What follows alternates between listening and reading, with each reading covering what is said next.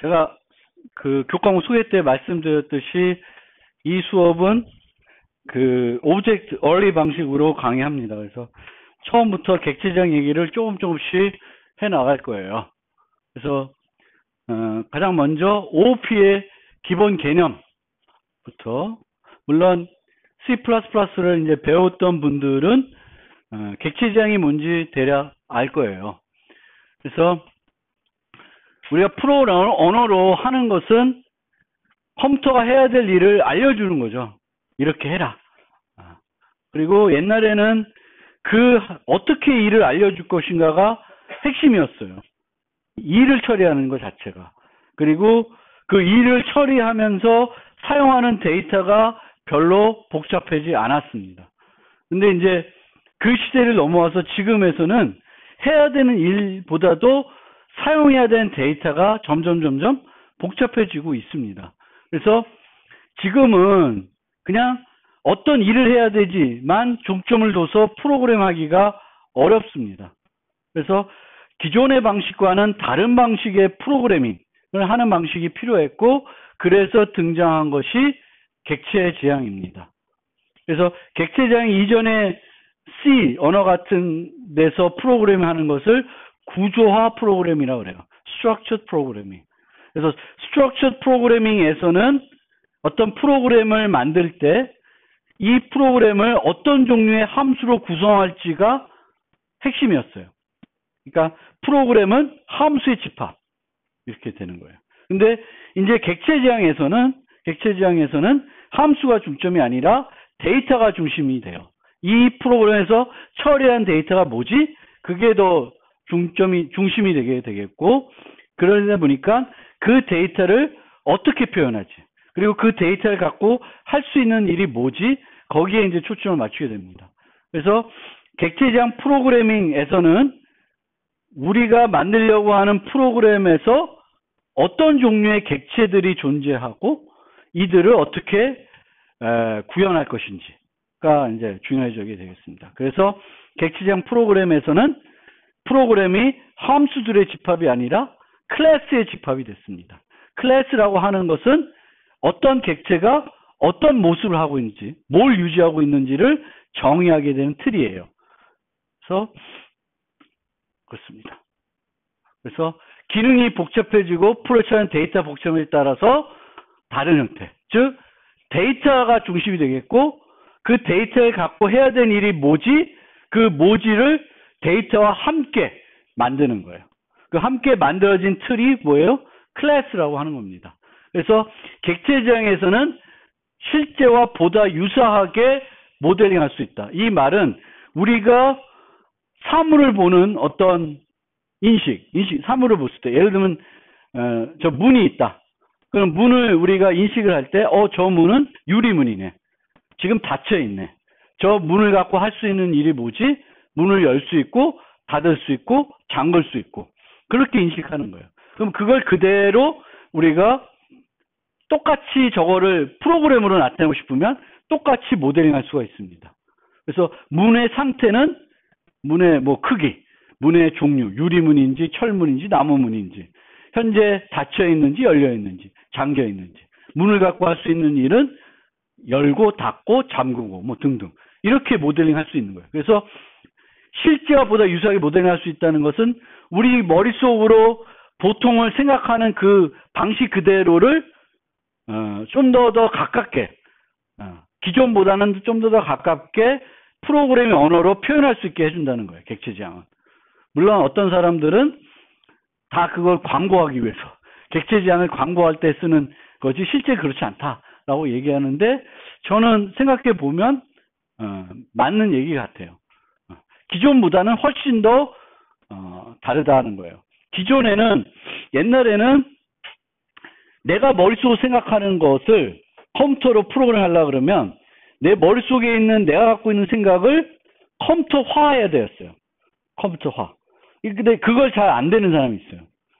생각은 하는데 내가 어떤 문제가 만났을 때 이 문제 이렇게 해결하면 된다라는 머릿속에 생각을 가지는데, 그 생각을 프로그램 언어로 표현을 못하는 거지. 못 바꾸는 거예요, 잘. 왜냐하면 내 머릿속에 생각하고 프로그램으로 표현하는 건 또 다르거든요. 근데 객체지향에서는 내 머릿속의 생각을 좀 더 직관적으로 바꿀 수 있다라는 장점을 가지고 있습니다. 그래서 객체지향 프로그램에서는 객체라는 것들을 생성해서 그들 간의 상호작용을 통해서 원하는 일을 수행하도록 하는 것이 객체지향입니다. 그래서 우리가 어떤 하나의 프로그램을 만들 때 다양한 종류의 객체들을 보통 쓰게 되겠죠. 한 종류의 객체만 쓰진 않을 거예요. 그래서 여러 종류의 객체들을 하나의 프로그램을 만들 때 쓰게 되는데 이 객체들은 그냥 독립적으로 혼자 존재하지 않고 다른 객체들과 뭔가의 어떤 상호작용을 하게 됩니다. 그래서 이 객체는 저 객체랑 어떤 관계가 있는 건지를 우리가 잘 파악을 해야 돼요. 그래서 우리가 그 프로그램을 모델링할 때 객체들 간에 어떤 관계가 있지, 클래스들 간에 어떤 관계가 있는지를 잘 파악을 해야 됩니다. 그래서 객체들 간의 관계에는 사용하는 관계, 포함하는 관계가 있습니다. 어떤 객체는 어떤 객체를 사용할 수 있습니다. 교수는 강의를 할 때 이런 거를 이용해서 강의를 하죠. 그럼 지금은 저는 이 객체를 사용하고 있는 거예요. 사용하는 관계가 됩니다. 이게 포함되어 있는 관계는 아니죠. 저의 일부는 아니죠. 근데 사람을 모델링했을 때 사람이 손과 발을 갖고 있다. 이거는 손과 발은 포함 관계가 되는 겁니다.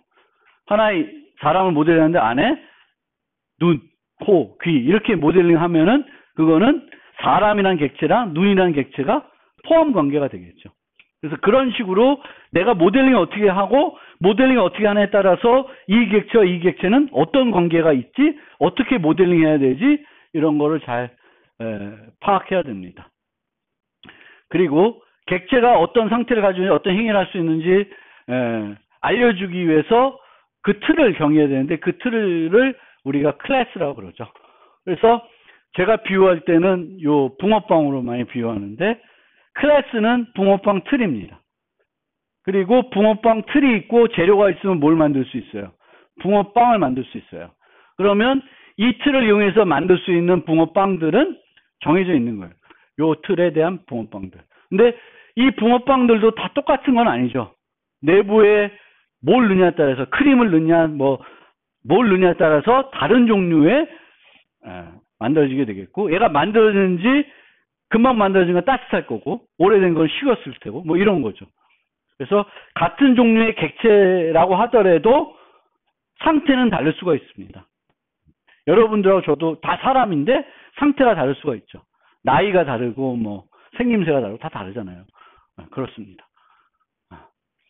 그래서 클래스로 구성되고 이들 클래스 객체를 생성해야 되는데 객체는 세 가지로 정의가 됩니다. 객체는 상태를 가지고 있고 행위를 할 수 있고 식별자를 가져야 된다고 합니다. 제일 쉬운 것부터 식별자. 우리가 하나의 프로그램을 만드는데 하나의 객체를 하나만 생성할 수도 있겠지만 보통은 여러 개 생성할 수 있죠. 학생들을 모델링하면 여기 학생을 35명을 모델링해야 되니까 35개의 객체를 생성할 수 있어요. 그럼 이 학생, 저 학생을 가리키려면 다른 게 가리켜야 되겠죠. 그러려면은 프로그램 세계에서는 뭐가 필요해요? 어떻게 해서 구분할까? 변수로 할 거예요. 요 학생은 student 1, 요 학생은 student 2 해가지고 그 student 1, student 2가 뭐예요? 변수가 되겠죠. 그 변수가 식별자가 되는 거예요. 그래서 식별자를 통해서 같은 종류의 객체를 구분해내고 똑같은 객체를 내가 여러 번 쓸 때 그 이름을 갖고 쓰는 거죠. 이 학생에 대해서 내가 여러 번 뭔가 하고 싶다 그러면 student 1이라고 하는 그 이름을 갖고 계속 쓰면 이 학생이 뭔가 변하겠죠. 그래서 상태를 갖고 있고 행위를 갖고 있는데 이 상태에 따라서 뭐가 달라져요? 행위의 결과가 달라집니다. 그게 객체의 가장 큰 특징이에요. 상태에 따라서. 상태가 식었으면 맛이 없고 안 식었으면 좀 더 맛있고 그런 거죠. 그렇죠? 문이 잠겨 있으면 문을 못 열 수도 있죠. 잠금 장치가 되어 있으면 열지 않는 한. 열라고 해도 못 열 수가 있어요. 문이 현재 잠겨 있으면 그리고 내가 그 열쇠가 없으면 못 열어요. 그래서 객체는 그게 특징입니다. 상태를 갖고 있고 그 상태에 따라서 똑같은 행위를 하더라도 뭐가 달라져요? 결과가 달라질 수 있다. 그거를 모델링 할 때는 객체가 따봉입니다. 내가 어떤 프로그램을 짜야 되는데 이 프로그램 짤 때 상태에 따라서 다르게 행동을 해야 돼. 같은 종류지만. 그러면 객체 지향 모델링 하면은 되게 편하게 프로그램을 할 수 있다라는 거예요. 그래서 행위와 상태를 한 묶음으로 모델링 한다고 하는 걸 전문 용어로 뭐라 그래요? 캡슐화 한다 그래요. 캡슐화. 그래서 encapsulation. 객체 지향을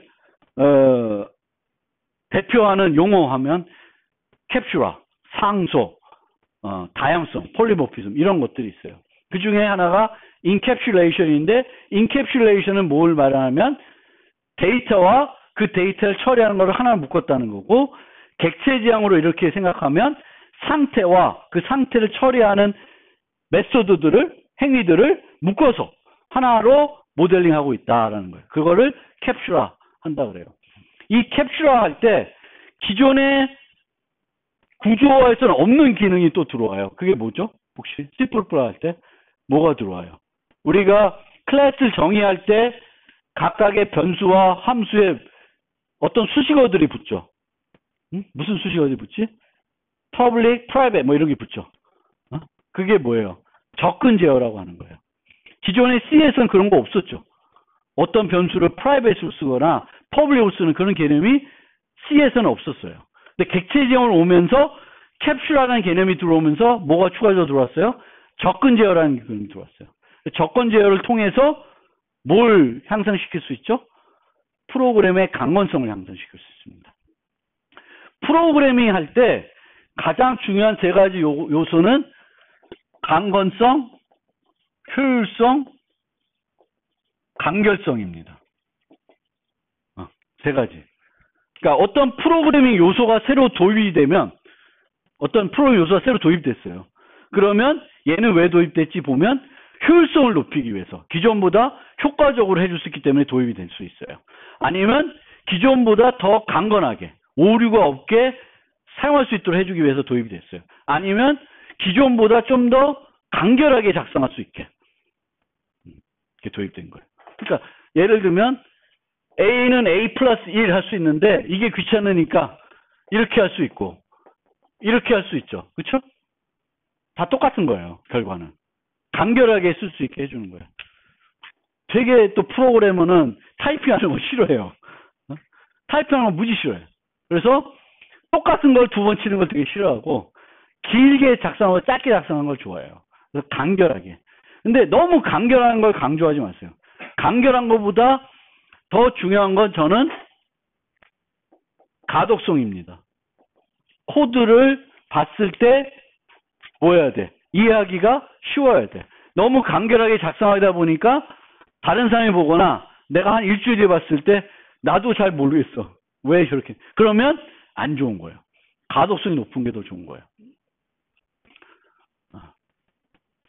그래서 클래스는 객체를 정의를 할 때 쓰는데 객체는 뭘 갖고 있어요? 상태와 행위를 갖고 있죠. 그래서 상태들은 데이터예요. 데이터로 표현돼요. 열려있지 닫혀있지 나무인지 유리인지 뭐 이런 게 다 데이터예요. 그래서 데이터는 멤버 변수로 정의가 됩니다. 그리고 행위는 함수로 구현이 돼요. 그래서 그거를 멤버 함수, 멤버 변수 이렇게 통일해서 부르기도 하는데 멤버 함수라는 용어는 별로 많이 안 써요. 대신 뭘 많이 써요? 메소드라는 용어를 더 많이 써요. 그래서 저도 이 수업에서는 멤버 변수, 메소드 이렇게 부를 거고요. 멤버 함수라는 얘기 거의 안 할게요. 멤버 변수, 메소드. 그리고 멤버라는 얘기를 하면은 이거는 변수일 수도 있고 메소드일 수도 있어요. 통칭할 때는 그냥 멤버다.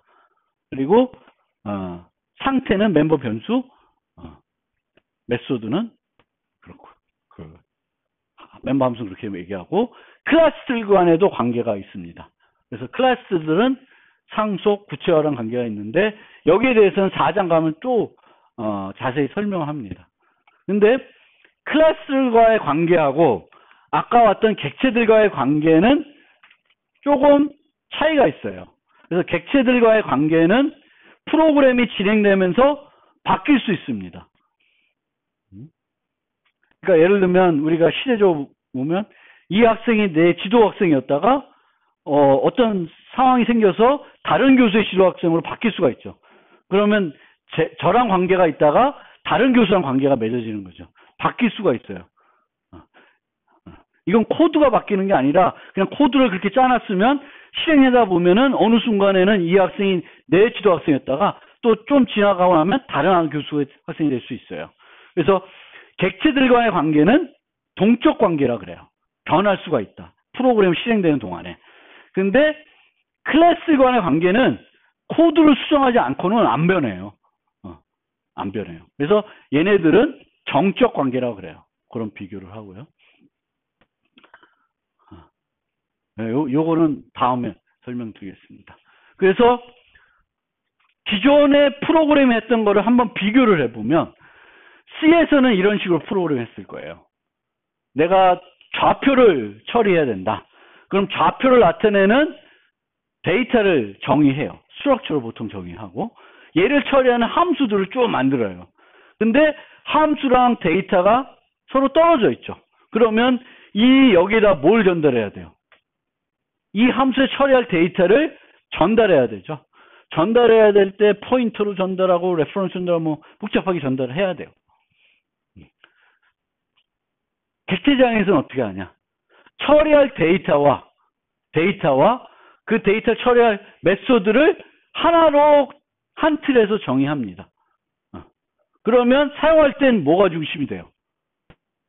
데이터가 중심이 됩니다. P를 만들었죠. P 좌표가 갖고 있어요. P.print 하면 뭐가 움직이는, 어떤 걸 출력해 주는 거예요? P를 출력해 주는 거예요. P가 일로 안 들어가죠. 얘가 중심이 돼요. 객체지향에서는.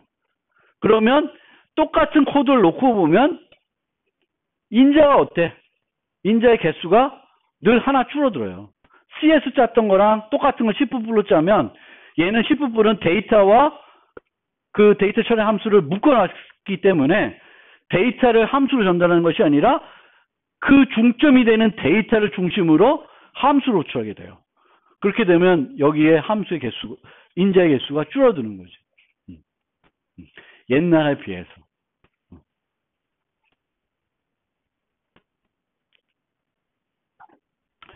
이제부터 객체지향은 그런 거고 자바의 그 프로그램 구조, 자바를 설명드릴게요. 이제 자바에 대한 첫 번째 설명입니다. 우선 소스 파일의 구조. C는 어땠어요? C는 헤더 파일이 있고 C 파일이 있었죠. C++도 똑같아요. 왜냐면 C를 따라왔으니까. 자바는 헤더 파일이 없어요. 헤더 파일이 없고 소스 파일만 있습니다. 즉 자바 C에서 치면 .c 파일만 있는 거예요. 근데 확정자가 뭐예요? .java예요. 그리고 이 소스 파일에는 뭘 정의하냐? 함수들을 정의하는 게 아니라 뭘 정의해요? 클래스들을 정의해야 되겠습니다. 그리고 함수는 그 클래스 안에 들어가겠죠. C에서는 함수만 따로 존재할 수 있는데 자바에서는 함수만 따로 존재할 수 없어요. 함수도 다 클래스 안으로 들어와야 돼요. 하지만 그렇지만 이걸 착각하시면 안 돼요. 우리가 모든 걸 프로그램할 때 모든 요소를 객체지향적으로 모델링할 수가 없어요. 객체지향적으로 모델링하는 것은 어떤 애들만 모델링해요? 상태에 따라서 행위의 결과가 바뀌는 애들만 객체지향적으로 모델링해요. 그렇지 않은 애들은 객체지향적으로 모델링할 필요가 없습니다. 그냥 함수만 필요한 거예요. 근데 자바는 불행히도 뭐만 존재할 수 없어요? 함수만 존재할 수 없어요. 그래서 울며 겨자 먹기로 함수만 필요한데 그 함수를 어디다 정해야 돼요? 클래스 내에 정의할 수밖에 없습니다. 클래스 내에 정의했다고 해서 얘가 일반적인 객체지향의 메소드는 아닐 수 있어요. 예를 들면 수학의 사인 함수, 자바에도 사인 함수를 계산하는 함수를 제공하겠죠. 그렇지만 어떤 클래스 안에 정의되어 있어요. 그렇다고 해서 얘가 객체지향적으로 훌륭한 메소드네 라고 얘기하면 안 돼요. 얘는 객체지향하고 아무 상관이 없는 메소드예요. 사인 함수는 그때 주어지는 각도만 있으면 매번 결과를 주는 거예요. 상태에 따라서 행위가 안 바뀌어요. 사인 함수는. 그런 거 많아요. 그런 것들은 자바라고 해서 객체지향적으로 모델링하지 않습니다.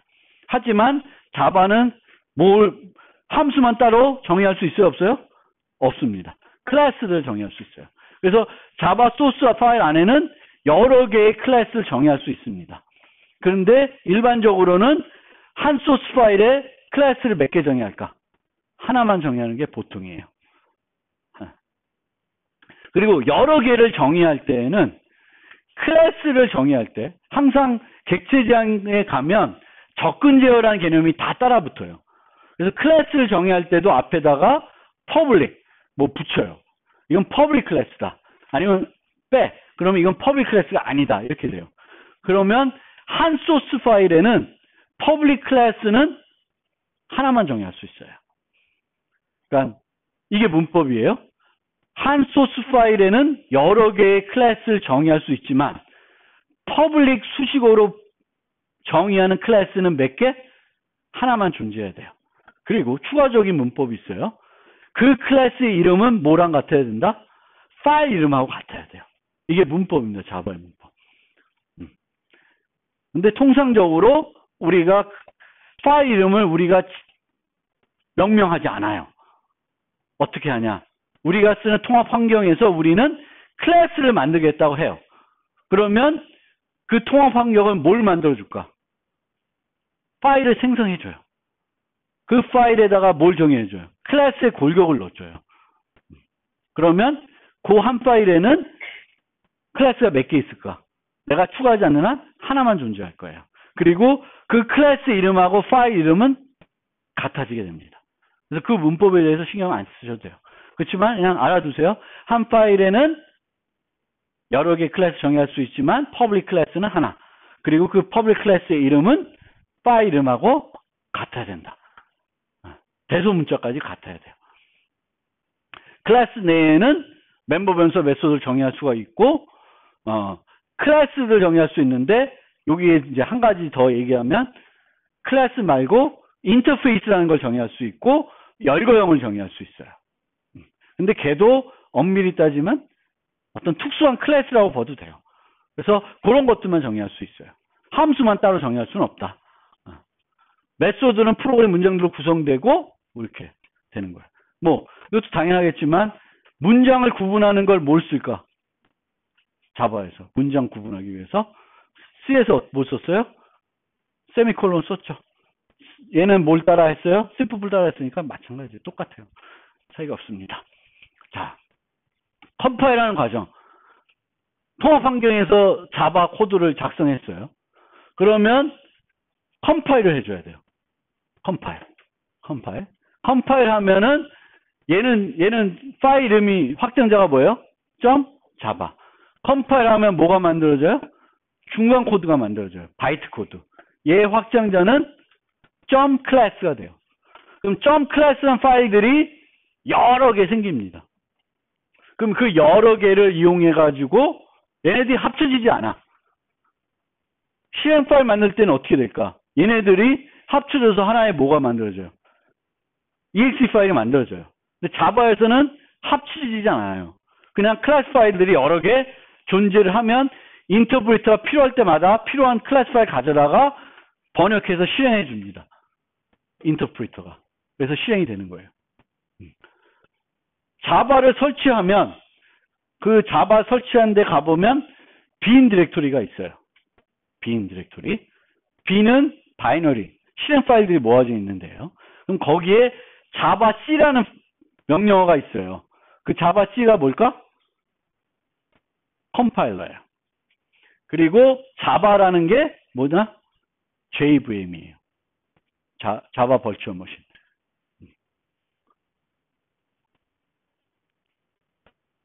그래서 자바는 JVM에서 실행이 되고요. 실행할 때 메모리에 관련 클래스 파일들을 적재하고 검사를 해요. 이 코드가 제대로 되어 있는 코드인지 문제가 없는 코드인지 검사를 하고 실제 실행을 합니다. 근데 실행할 때는 JIT라는 기술을 기본적으로 써요. Just in time 기술. 근데 이 기술들이 계속 버전업되면서 또 발전하고 있어요. 그렇지만 기본적으로는 얘는 번역 방식이고 CNC 플러스는 컴파일 방식이에요. 그럼 누가 더 빠를까? 컴파일 방식이 빨라요. 상대적으로 빠를 수밖에 없어요. 느려요. 빨라요. 상대적으로는. 근데 항상 그런 건 또 아니에요. 근데 일반적으로는 당연히 얘는 느릴 수밖에 없어요. 그리고 당연히 느린 걸 보충하기 위한 많은 기술들이 계속 개발되고 있습니다. 그래서 자바C는 자바 코드를 바이트 코드 바꾸고 JVM은 바이트 코드를 기계어로 바꿔주게 됩니다. 그리고 오라클에서는 계속 컴퓨팅 환경이 새로 만들어질 때마다 뭘 만들어요? JVM을 만들어줍니다. 그래서 내가 나는 여러분들도 저런 이제 프로그램을 해야 되는 사람들인데 집에 있는 부모님 프로그램 할 필요는 없잖아요. 그래도 그 윈도우에는 뭐가 설치되어 있을까? JVM은 설치되어 있어요. 그걸 뭐라고 하냐면은 JRE라 그래요. Java Runtime Environment. 그럼 여기에 뭐가 들어있어요? JVM이 들어있어요. 그래서 여러분들이 사용하는 웹에서 많이 사용하는 프로그램들이나 어떤 프로그램도 내부적으로는 자바를 쓸 수가 있습니다. 그러면 그 프로그램을 실행하려면 여러분 컴퓨터에 뭐가 설치되어 있어야 돼요? JRE가 설치되어 있어야 돼요. 그래서 여러분들이 여러분 컴퓨터에 대부분 JRE가 기본적으로 설치되어 있어요. 요즘은. 근데 그 버전이 상당히 낮을 수도 있어요. 그래서 여러분들은 집에서 설치하면 JDK를 설치해요. 그럼 JDK를 설치하면 JRE가 같이 설치됩니다. 근데 JRE만 설치되면 이클립스 설치해가지고 컴파일을 못해요. 왜? JRE에는 뭐가 없어요? 컴파일러가 없어요. JVM은 있는데.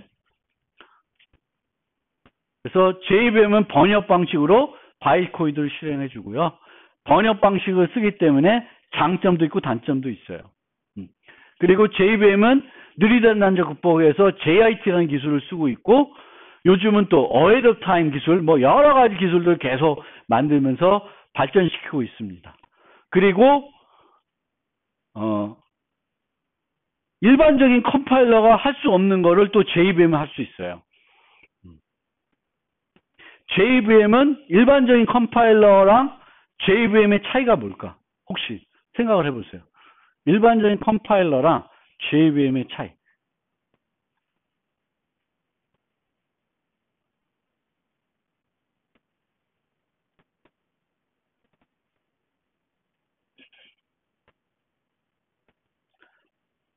일반적인 그 컴파일러들은 기존에 있는 실행 코드들을 결합시켜요. 결합시키면서 그 자체적으로는 최적화를 안 해요. 링킹하는 과정에서. 요 하나하나를 만들 때는 최적화를 할 수 있어도 이 전체를 나중에 CN 파일 만들고 결합만 시키지 링킹에선. 이 결합하면서 얘랑 결합하니까 또 최적화하지 그건 안 해요. 그러니까 어떤 라이브러리 쓴다고 해서 라이브러리가 내 거랑 최적화 시키지 않는 거지. 근데 JVM은 어때요? JVM은 통으로 다 갖고 있어요. 내가 실행해야 되는 모든 코드를 바이트 코드로 갖고 있어요. 그건 여러분이 만든 코드인지 여러분들이 인클루드한 라이브러리인지 다 갖고 있어요. 그러니까 그 통을 갖고 최적화를 하고 있어요. 그러니까 그게 차이가 있어요. 얘는 최적화가 못하는 것도 JVM은 할 수 있어요. 왜? JVM 뭘 갖고 있어요?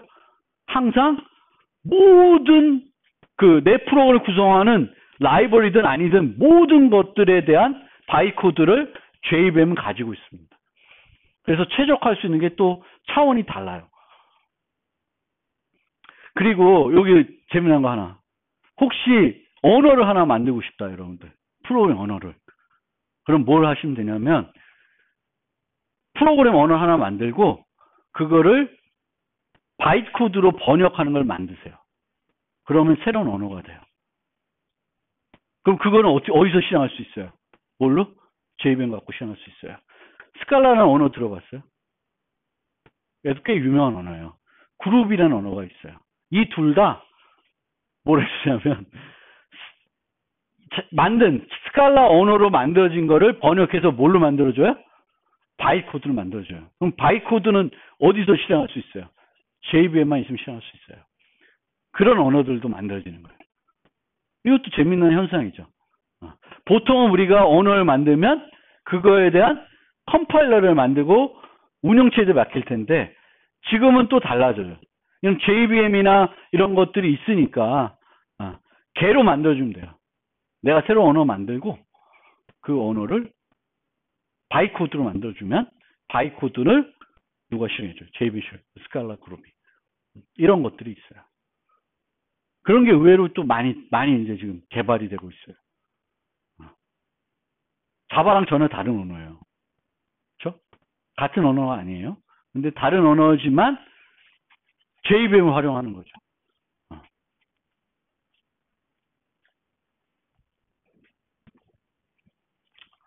첫 번째 프로그램인데 요거 설명하기 전에 같이 그냥 타이핑 한번 해볼게요. 그래서 이클립스를 한번 자바 이클립스를 띄워보세요. 여기 보면 이제 맥인데 밑에 보면 이클립스가 두 개 돼 있어요. 밑에 앞에 게 자바예요. 뒤에 게 CPP고 그렇죠? 갖다 대보면 이클립스 자바 여기 옆에 보면 이클립스 CPP 돼 있죠. 그럼 이 수업 시간에는 뭘 띄워야 돼요? 이클립스 자바. 그리고 자료구조 같이 듣는 사람들은 자료구조 시간에는 CPP를 띄우셔야 돼요.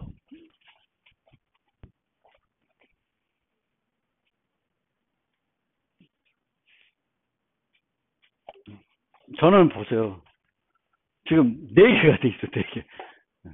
옛날 거, 최신 이클립스고, 옛날 거 이제 지울 건데, 프로젝트를 옮겨가면서 지워야 돼서, 아직 내버려뒀어요. 그래서 4개가 있어요. 자바 2개, CPP 2개.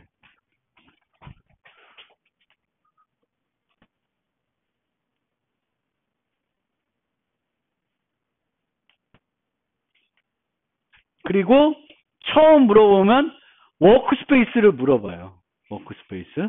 그럼 기존에 만드는 프로젝트들이 그 저장될 위치예요. 폴더예요. 그럼 나만의 새로운 걸 만들 수도 있어요. 아니면 거기서 제공해주는 기본 디렉토리에다 저장할 수도 있고.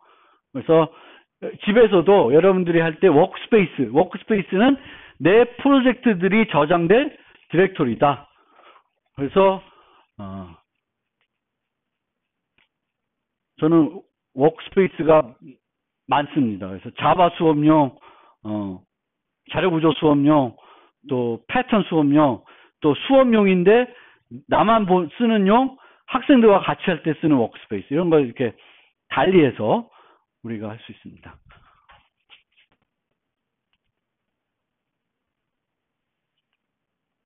자,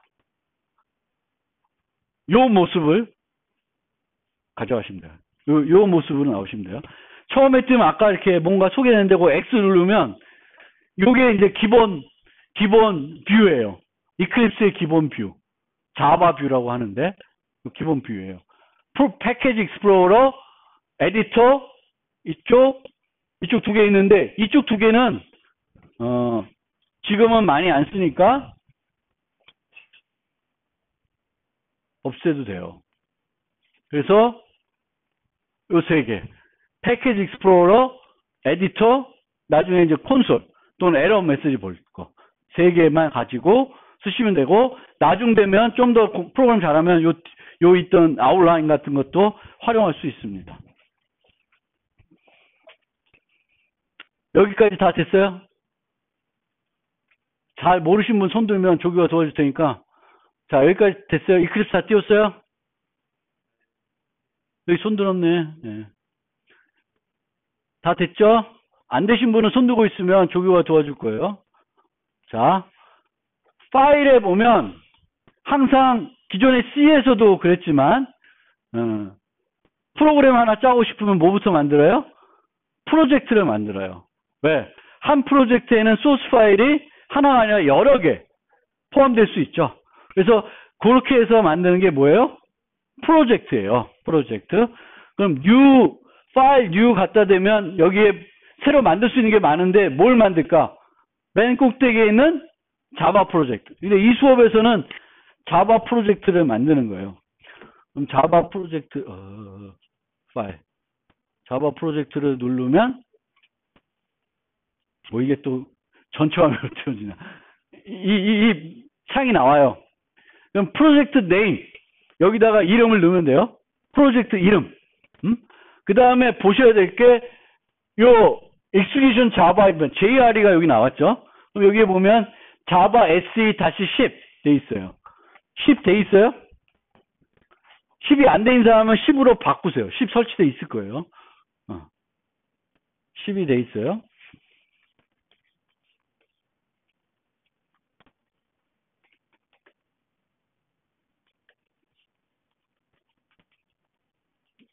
요 프로젝트 이름은 안 따라 하셔도 돼요. 지금 조금 작아서 안 보이는데 어쨌든 저는 2018 자바 챕터 1 greeting 이라고 했습니다.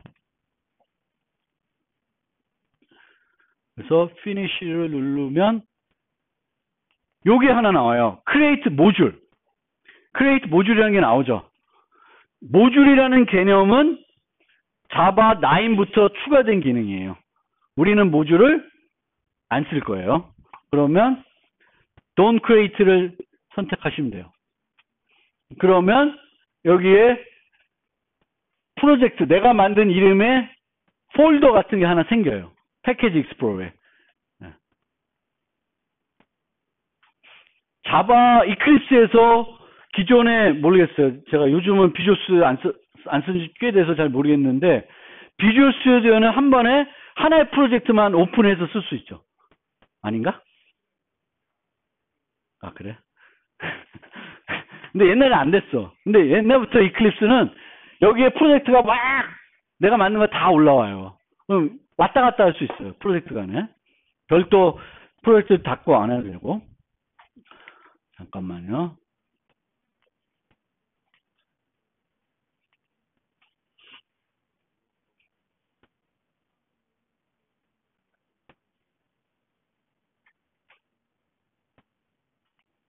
아, 근데 여기인가? 이게 잠깐만.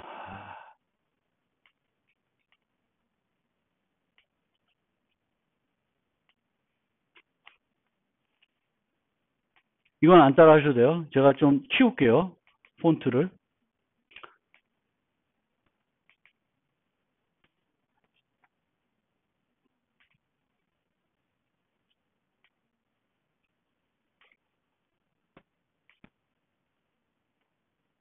너무 키웠나?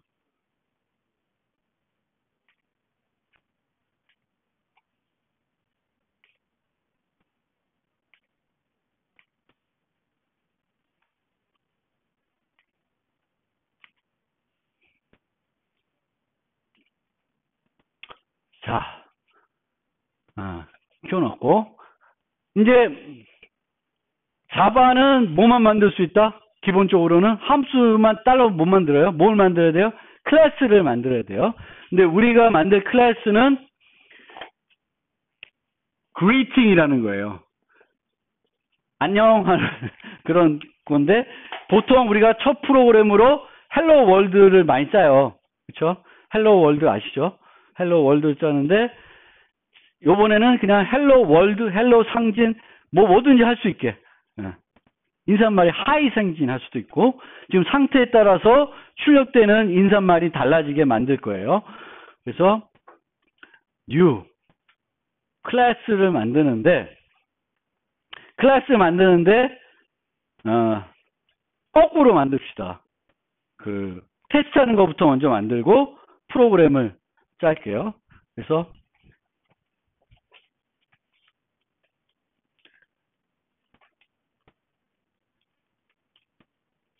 여기에 클래스 만들 때 네임에 greeting test 그랬을 거예요. 여기 보면 패키지 만들 수 있는데 패키지도 안 만들 거예요. 수업에서는. 개념은 다 설명드려요. 네임에 greeting test 라고 하고 밑에 보면 public static void main이라는 게 있어요. 요거를 체크해 주세요. 체크해주고 피니시 누르면 이렇게 나와야 돼요. 나옵니까? 내가 만든 클래스 이름으로 public class greeting test라고 나오고 그 클래스 안에 함수가 하나 포함되어 있습니다. void main 함수가. 돼요? 안 되시는 분 손 들고. 자, 클래스 이름하고 파일명이 같아요, 달라요? 같죠? 저 위에 보면 지금 파랗게 되어 있는 게 greetingtest.java로 되어 있어요. 요 파일에 대해서 greetingtest.java 이름이 똑같아요. 여기에 뭐예요? public class로 되어 있어요. public. 클래스 앞에 public 붙었죠? 그러면 내가 장난 하나 쳐볼게요. 그냥 public 따라하지 마세요. 이건 A. 그러면 요 옆에 빨갛게 돼 있죠? 여기에 빨간 줄이 그어져 있고 그러면 뭐가 된 거예요? 오류가 있는 겁니다. 오류를 보면 여기 갖다 대면 public type A must be defined in its own file. 영어 잘하죠, 여러분들. A라는 타입은 자기 자신의 파일에 정의되어야 된다는 거예요. 왜? public이니까. 싫어. 그래도 할래. 그러면 public을 지우는 순간 에러가 없어져요. 그렇죠? 왜? 클래스는 몇 개 정의할 수 있어요? 여러 개 정의할 수 있어요. 뭐만? public 클래스만 여러 개 못 정의해요. 그리고 public 클래스 이름이 똑같아야 돼요. 타이핑 하다가 했는데 여기서 또 에러 났어요. 그럼 같은 에러가 나겠죠? 그렇죠? 왜? 갖다 대보면 여기는 고치는 방법까지 나와요. 여기 보면은 이제 이클립스에 좋은 건 오토 수정해 주는 거예요. 여기 보면 public type greeting text must be defined in its own file. 아까랑 똑같은 말이에요. 근데 아까와 달리 퀵 픽스를 제공해 줬어요. 할 수 있으니까 아까랑 달리. rename file to greeting test.java. rename type to 밑에. 우리가 원하는 건 뭐예요? 아래 거죠. 그렇죠? 파일명을 바꾸는 게 아니라 클래스명을 일치시켜 주는 거죠. 그러면 밑에 거를 클릭하면 어떻게 돼? 고쳐주죠. 그래서 여러분들 문법 오류 나면 어떻게 해? 갖다 대. 갖다 대면은 자동 수정하는 기능이 쭉 나와요. 그럼 여러분 보고 선택하시면 돼요. 수정하지 마시고 직접 갖다 대고. 그거 쓰는 게 나쁜 게 아니야. 프로를 못하는 것도 아니야. 근데 그거를 선택할 때 알고 선택을 해야지. 엉뚱한 거 선택하면 어떻게 돼? 파일명이 바뀌어버리죠. 에러는 없어지는데. 그래서 그 오토 수정하는 기능을 잘 쓰시고 여기다가 이제 코딩을 할게요.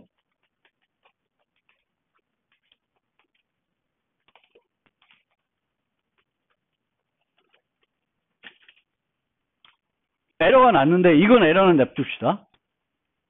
greeting equal new greeting. 뭔 소리지? 근데 얘는 뭐라는 거냐면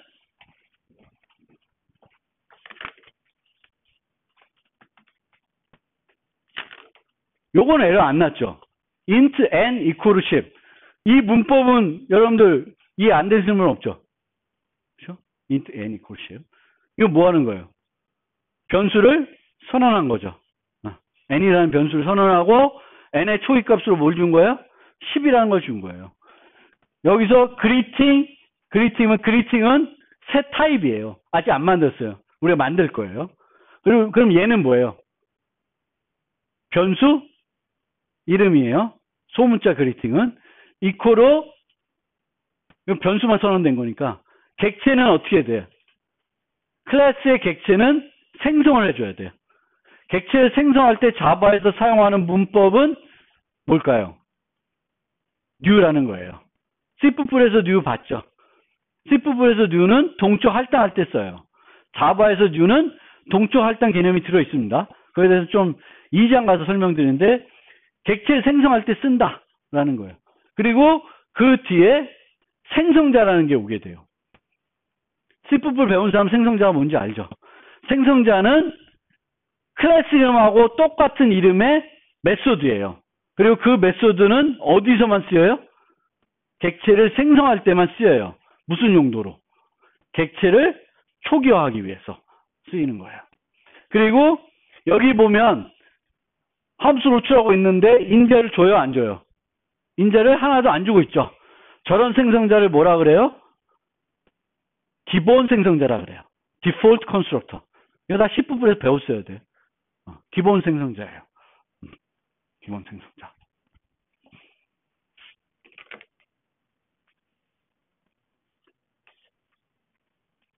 자, 객체를 생성했다고 치고 객체를 사용하고 싶을 때에는 자바에서는 무슨 연산자를 쓴다? 점 연산자를 써요. 저거 말고 또 다른 연산자가 있을까요? 없습니다. C++은 포인터든지 레퍼런스에 따라서 연산자가 바뀌어요. 점 썼다가 이 화살표 썼다가 달라져요. 자바는 점만 있어요. 점만 알면 돼요.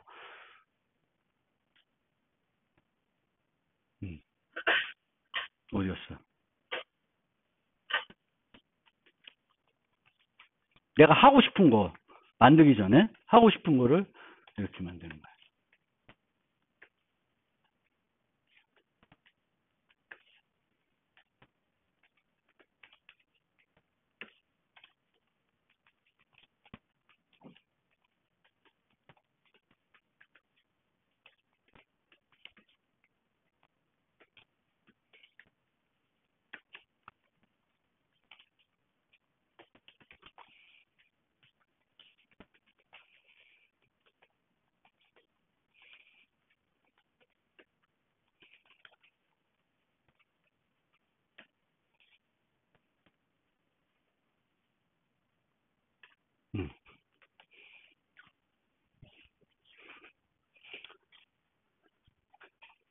이렇게 해가지고 실행해가지고 안녕 상진 안녕 요걸 출력해보고 싶은 거예요.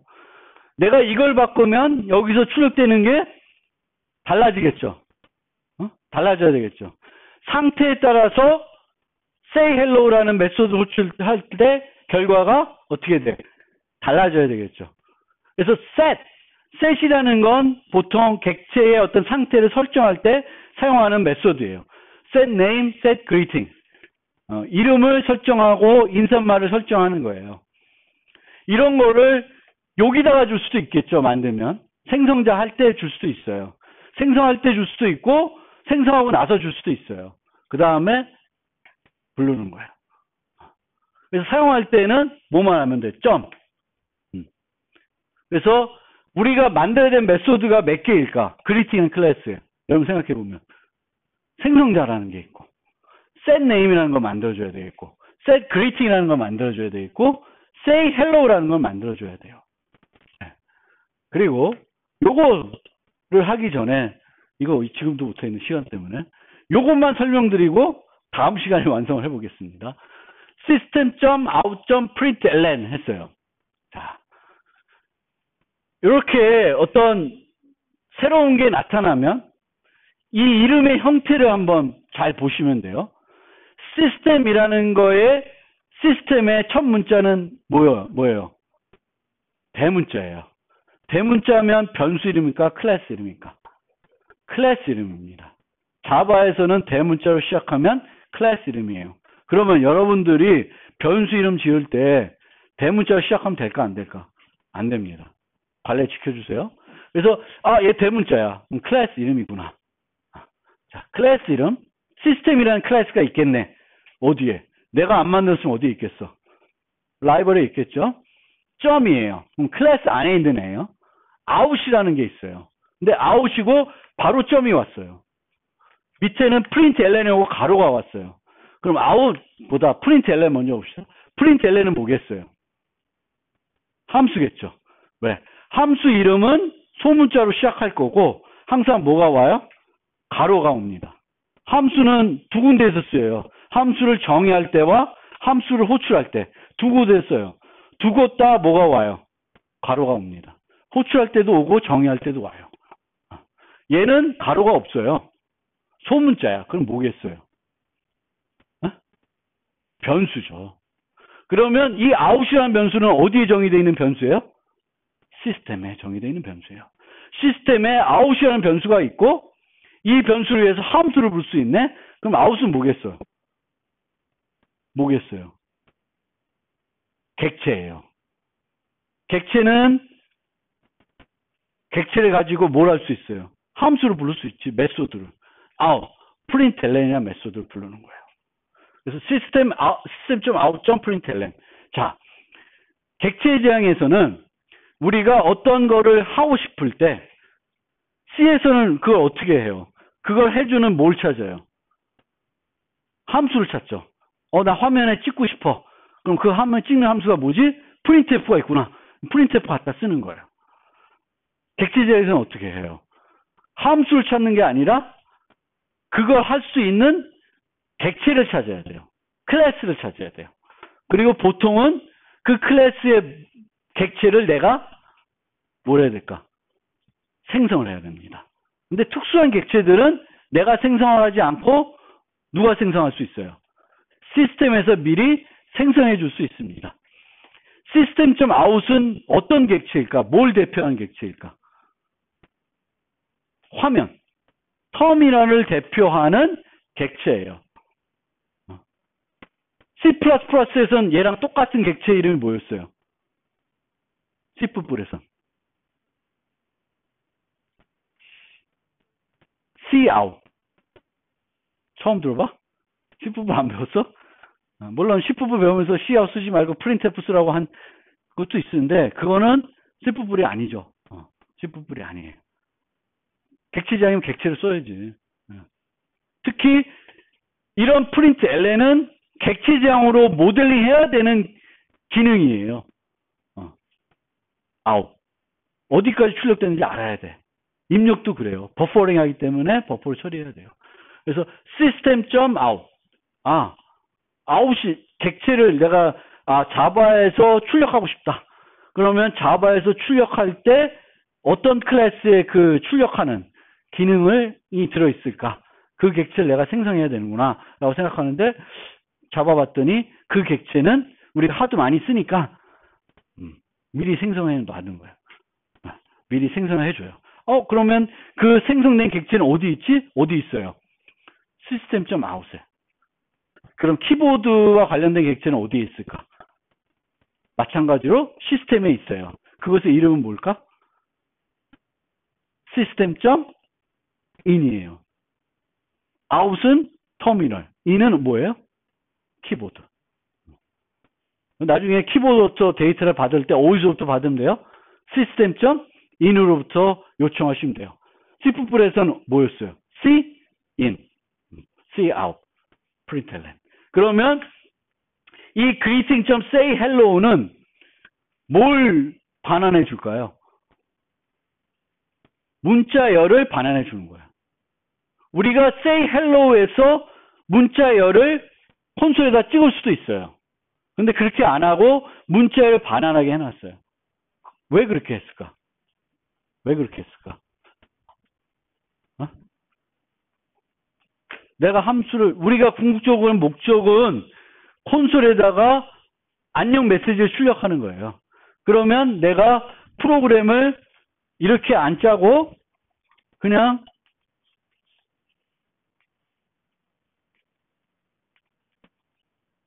이렇게 해서 프로그램을 짜려고 할 수도 있어요. 그럼 이 say hello 안에서 뭐랄까? system.out을 이용해서 출력하겠죠. 어떤 게 더 유연한 거예요? 주석되어 있는 게 더 유연한 거예요. 왜? 만약에 내가 이 안녕이라는 하는 프로그램을 콘솔을 쓰지 않고 안드로이드 SDK에서 쓴다든지 안드로이드에서 쓴다든지 GUI 라이브를 쓰면은 콘솔에 출력하는 게 의미가 없죠. 그러면 내가 어디서 출력하고 싶은지 간에 출력 메시지만 주면 되고 그 출력을 어디다 하고 싶은지는 그걸 갖다 쓸 사람이 결정하게끔 해줘야 되는 거지. 내가 결정해 놓으면 내 프로그램을 어디서만 쓸 수 있어요? 콘솔에서만 쓸 수 있는 거예요. 그래서 그거 제한적인 겁니다. 그래서 그렇게 안 하는 거예요. 어떤 get 클래스를 정의할 때 그 안에 들어간 코드가 특정한 환경에서만 돌아간다. 그럼 거기다 넣으면 안 돼. 왜? 요 클래스는 요런 환경. 자바의 기본적인 환경에서 돌아가야 되고, 안드로이드에 돌아갈 수 있어야 되고, 뭐 어디서 다 돌아가면 좋은 거예요. 그럼 그런 것들은 빼야 돼. 다른 데서. 화면을 처리하는 곳에서 결정하게 내버려두면 돼요. 그러면 여기서 요 그리팅 하는 거는, 그리팅 클래스를 만드는 거는 다음 시간에 이어서 하겠습니다. 오늘은 여기까지.